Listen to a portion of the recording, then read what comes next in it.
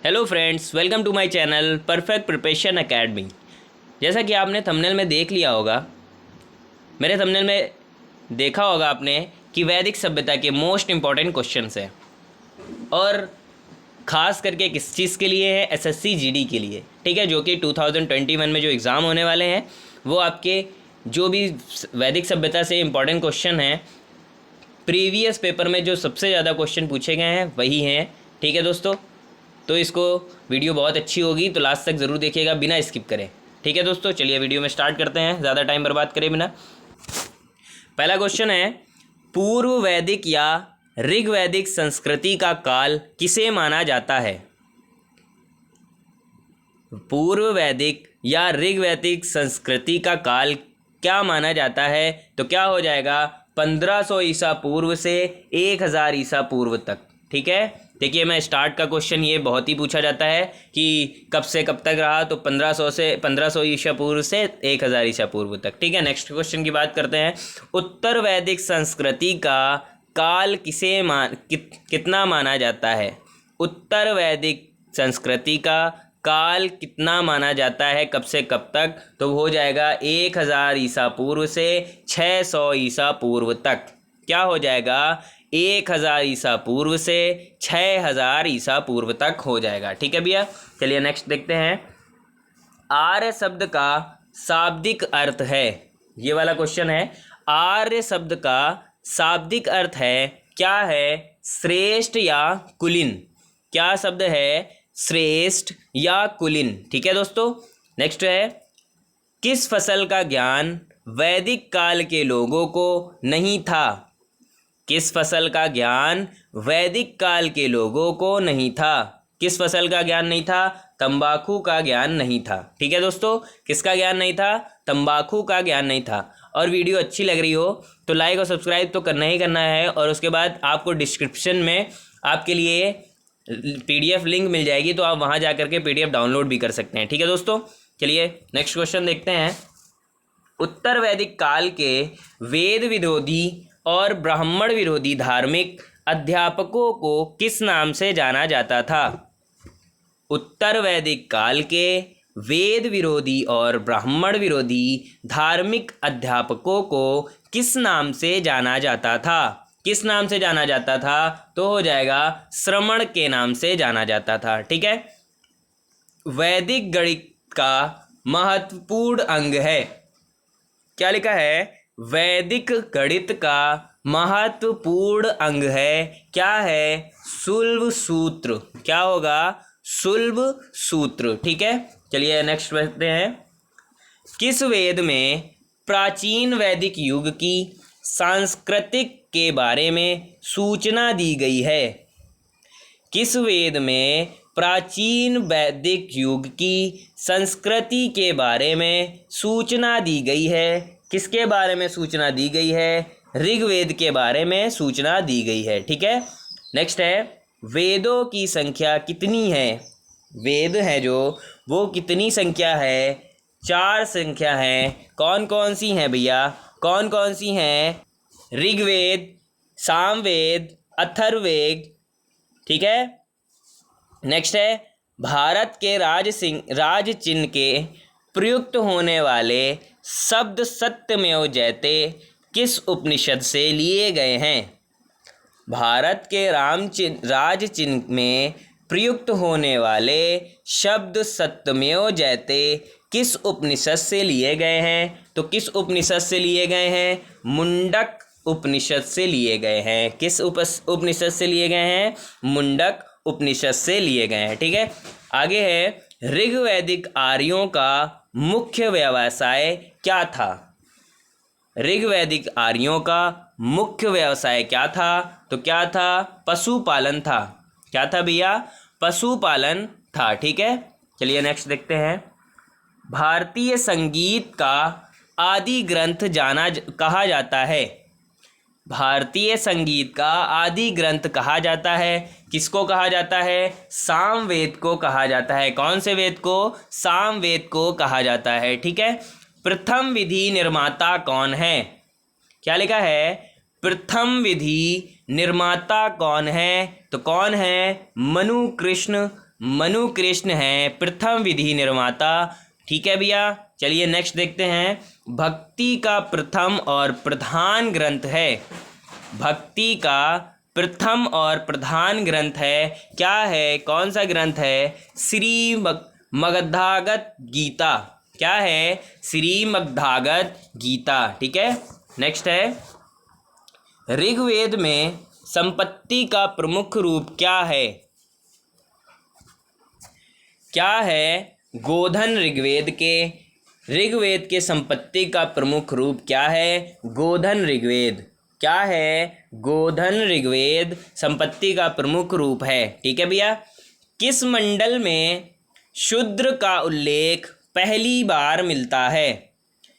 किस मंडल में शूद्र का उल्लेख पहली बार मिलता है? 10वें पुराणों में। संख्या कितनी है? 18। ठीक है, 10वें पुराणों में संख्या कितनी है? 18 है। ठीक है, चलिए नेक्स्ट देखते हैं। वैदिक धर्म का प्रमुख लक्षण किसकी उपासना से था? वैदिक धर्म का मुख्य लक्षण किसकी उपासना से था?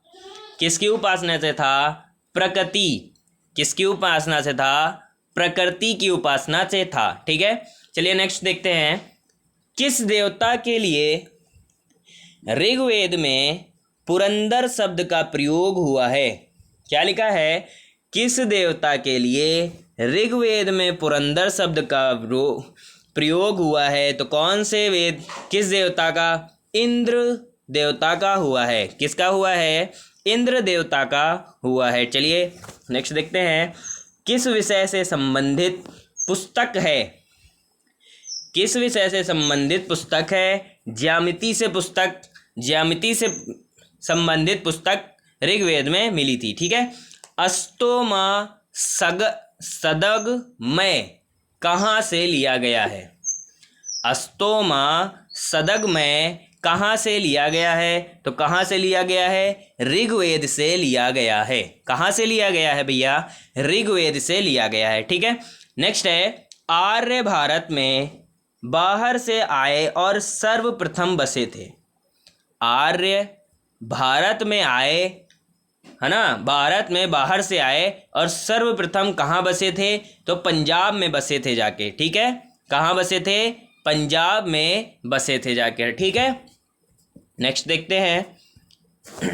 नेक्स्ट है, ऋग्वेद का कौन सा मंडल पूर्णता सोम को समर्पित है? ऋग्वेद का कौन सा मंडल पूर्णता सोम को समर्पित है? तो कौन सा मंडल समर्पित है? 9वां मंडल समर्पित है। ठीक है, ऋग्वेद का कौन सा मंडल पूर्णता सोम को समर्पित है? तो किसको समर्पित है? 9वां मंडल समर्पित है सोम को। ठीक है, प्रसिद्ध 10 राजाओं का युद्ध, दसराज युद्ध किस नदी के तट पर हुआ था? आप 10 राजाओं का युद्ध कह लीजिए या 10 राज युद्ध कह लीजिए। ठीक है, किस नदी के तट पर हुआ था? तो क्या हो जाएगा? परुष्णी। क्या हो जाएगा? परुष्णी। ठीक है, चलिए नेक्स्ट देखते हैं। नेक्स्ट है, धर्मशास्त्रों में भू राजस्व की दर क्या है? धर्मशास्त्रों में भू राजस्व की दर क्या है? 1/6 है। क्या है? 1/6 है। ठीक है, नेक्स्ट क्वेश्चन है, 800 ईसा पूर्व से 600 ईसा पूर्व का काल किस युग में जुड़ा है? अभी आपको शुरू क्वेश्चन में बताया था 800 ईसा पूर्व से 600 ईसा पूर्व का काल किस युग में है? तो क्या हो जाएगा? ब्राह्मण युग। क्या होगा भैया? ब्राह्मण युग 800 ईसा पूर्व से 600 ईसा पूर्व का काल कहा जाता है। ठीक है, नेक्स्ट है, आरंभिक वैदिक साहित्य में सर्वाधिक वर्णित नदी है। आरंभिक वैदिक साहित्य में सर्वाधिक वर्णित नदी है तो कौन सी है? सिंधु नदी है। ठीक है, कौन सी नदी है? सिंधु नदी है। ठीक है, नेक्स्ट क्वेश्चन है, उपनिषद काल के राजा अश्वपति कहाँ के शासक थे? उपनिषद काल के राजा अश्वपति कहाँ के शासक थे? तो कहाँ के थे? कैकई के थे। ठीक है, कहाँ के थे?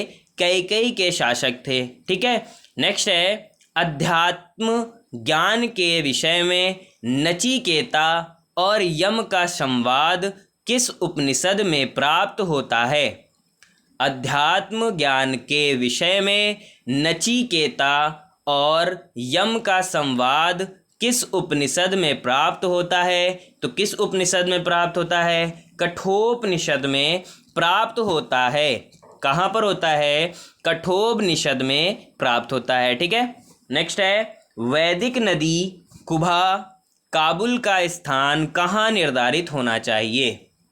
क्या है भैया? वैदिक नदी का कुभा मतलब कि काबुल का स्थान कहाँ निर्धारित होना चाहिए? तो क्या हो जाएगा? अफगानिस्तान में। क्या हो जाएगा? अफगानिस्तान में वैदिक नदी काबुल का स्थान निर्धारित होना चाहिए। ठीक है, नेक्स्ट है कपिल मुनि द्वारा प्रतिपादित दार्शनिक प्रणाली है। कौन है सी दार्शनिक प्रणाली है? सांख्य दर्शन। क्या हो जाएगा? सांख्य दर्शन कपिल मुनि द्वारा प्रतिपादित दार्शनिक प्रणाली है। ठीक है, चलिए नेक्स्ट देखते हैं। भारत के किस स्थल की खुदाई से लौह धातु के प्रचलन की प्राचीनतम प्रमाण मिले हैं? भारत के किस स्थल से खुदाई के लौह धातु के प्रचलन के प्राचीनतम प्रणाली मिले हैं? तो ऋग्वेद से मिले हैं। ठीक है, किस काल में अछूत की अवधारणा स्पष्ट रूप से उदित हुई? किस काल में अछूत की अवधारणा स्पष्ट रूप से उदित हुई? तो कौन सी अवधारणा स्पष्ट रूप से किस काल से हुई? धर्मशास्त्र के काल में। क्या हो जाएगा? धर्मशास्त्र के काल में अछूत की अवधारणा स्पष्ट रूप से उदित हुई है। ठीक है, चलिए नेक्स्ट देखते हैं। गायत्री मंत्र जिसको बोलते हैं देवी सावित्री को संबोधित, है ना, जो देवी सावित्री को संबोधित है वो गायत्री मंत्र किस पुस्तक में मिलता है? किस पुस्तक में मिलता है? ऋग्वेद में मिलता है। किस में मिलता है भैया? ऋग्वेद में मिलता है। गायत्री मंत्र की पुस्तक किस वेद में मिलती है? तो ऋग्वेद में। ठीक है, न्याय दर्शन को प्रचारित किया था। किसने किया था? न्याय दर्शन को प्रचारित किया था गौतम ने। किसने किया था? गौतम ने किया था। ठीक है भैया, नेक्स्ट है प्राचीन भारत में निष्क से जाने जाते हैं। प्राचीन भारत में निष्क से जाने जाते थे। कौन जाने जाते थे? स्वर्ण आभूषण। क्या जाने जाते थे? स्वर्ण आभूषण जाने जाते थे निष्क के नाम से। ठीक है, चलिए नेक्स्ट है योग दर्शन के प्रतिपादक हैं। योग दर्शक के प्रतिपादक हैं पतंजलि। क्या हैं? योग दर्शन के प्रतिपादक हैं पतंजलि। ठीक है, नेक्स्ट है उपनिषद पुस्तकें हैं। क्या है? उपनिषद पुस्तकें हैं। क्या है? दर्शन पर। ठीक है, चलिए नेक्स्ट देखते हैं। पूर्व वैदिक आर्यों का धर्म प्रमुखता था। पूर्व वैदिक आर्यों का धर्म प्रमुखता था। क्या किसका था? प्राकृतिक पूजा और यज्ञ। क्या था? प्राकृतिक पूजा और यज्ञ धर्म मुख्यता था। ठीक है, नेक्स्ट है चरण संहिता नामक पुस्तक किस विषय से संबंधित है? चरक संहिता नामक पुस्तक किस विषय से संबंधित है? तो चिकित्सा से संबंधित है। किस से संबंधित है? किस विषय से? चिकित्सा से संबंधित है। ठीक है, चलिए नेक्स्ट देखते हैं। यज्ञ संबंधी विधि विधानों का पता चलता है। यज्ञ संबंधी विधि विधानों का पता चलता है। कहाँ पता चलता है? यजुर्वेद से पता चलता है। कहाँ से पता चलता है भैया? यजुर्वेद से यज्ञ संबंधी विधि विधानों का पता चलता है। कहाँ से चलता है? यजुर्वेद से चलता है। ठीक है, वैदिक युगीन सभा क्या थी? वैदिक युगीन सभा क्या थी? मंत्री परिषद थी। क्या थी भैया? मंत्री परिषद थी। ठीक है, चलिए नेक्स्ट है, वैदिक युग के प्रचलित लोकप्रिय शासन प्रणाली थी। वैदिक युग में प्रचलित लोकप्रिय शासन प्रणाली थी, क्या थी? गणतंत्र। वैदिक प्रचलित लोकप्रिय शासन प्रणाली थी गणतंत्र। ठीक है, नेक्स्ट है, सबसे प्राचीन वेद कौन सा है? सबसे प्राचीन वेद कौन सा है? तो क्या हो जाएगा? ऋग्वेद सबसे प्राचीन वेद है। क्या होगा भैया क्वेश्चन? ऋग्वेद सबसे प्राचीन है। ठीक है, क्वेश्चन है, कौन भारतीय दर्शन की आरंभिक विचारधारा है? कौन भारतीय दर्शन की आरंभिक विचारधारा है? तो कौन है? सांख्य। कौन है भैया? सांख्य विचारधारा भारतीय दर्शन की आरंभिक विचारधारा है। ठीक है, नेक्स्ट है क्वेश्चन, सांख्य योग, न्याय, वैशेषिक, मीमांसा एवं वेदांत, इन 6 भिन्न भारतीय दर्शनों की स्पष्ट रूप से अभिव्यक्ति हुई कौन से युग में? वैदिक युग में। सांख्य, योग, न्याय, विशेषिक, मीमांसा एवं वेदांत, इन 6 भिन्न भारतीय दर्शनों की स्पष्ट रूप से अभिव्यक्ति हुई है। ठीक है, चलिए नेक्स्ट क्वेश्चन की ओर, वह दस्तकारी कौन सी है? वह दस्तकारी कौन सी है जो आर्यों द्वारा व्यवहार में नहीं लाई गई थी? वह दस्तकारी कौन सी है जो आर्यों द्वारा व्यवहार में नहीं लाई गई थी? तो कौन सी है? लुहारगिरी। ठीक है, मतलब कि लोहार नहीं थे। ठीक है, नेक्स्ट क्वेश्चन है, प्राचीनतम व्याकरण अष्टाध्याय के रचनाकार हैं। बहुत ही फेमस हैं ये रचयिता। प्राचीनतम व्याकरण अष्टाध्याय के रचनाकार कौन है? तो कौन है भाई? पाणिनि। कौन है? पाणिनि है रचनाकार। ठीक है, नेक्स्ट है, कौन सी स्मृति प्राचीनतम है? कौन सी स्मृति प्राचीनतम है? तो कौन सी है? मनुस्मृति। कौन सी है? मनुस्मृति प्राचीनतम है। ठीक है, नेक्स्ट क्वेश्चन है, आदि काव्य की संज्ञा किसे दी जाती है? आदि काव्य की संज्ञा किसे दी जाती है? रामायण को दी जाती है। किसे दी जाती है? रामायण को दी जाती है। ठीक है, प्राचीनतम पुराण है, प्राचीनतम पुराण है मत्स्य पुराण। कौन से पुराण है? मत्स्य पुराण प्राचीनतम पुराण है। ठीक है, ऋग्वेद में सबसे पवित्र नदी किसे माना गया है? ऋग्वेद में सबसे पवित्र नदी किसे माना गया है? ये आपका मोस्ट इम्पॉर्टेंट क्वेश्चन है, इसको तो ज़रूर लिख लीजिए। ऋग्वेद में सबसे पवित्र नदी किसे माना गया है? सरस्वती को माना गया है। ठीक है, नेक्स्ट है, वैदिक समाज की आधारभूत इकाई थी। वैदिक समाज की आधारभूत इकाई थी काल कुटुंब। क्या थी? काल कुटुंब आधारभूत इकाई थी। किसकी थी? वैदिक समाज की। ठीक है, नेक्स्ट क्वेश्चन है, ऋग्वैदिक युग की प्राचीनतम संस्था कौन सी थी? ऋग्वैदिक युग की प्राचीनतम संस्था कौन सी थी? तो कौन सी थी? विदत। कौन सी थी भैया? विदत थी। कौन सी थी? विदत। ठीक है, अगर आप इस चैनल पर नए आए हैं तो लाइक और सब्सक्राइब ज़रूर कर लीजिएगा, वीडियो अच्छी लगी हो, और अपने दोस्तों को शेयर करना ना भूलिएगा। वीडियो में आज की इतना ही, तब तक नेक्स्ट वीडियो तक जय हिंद जय भारत।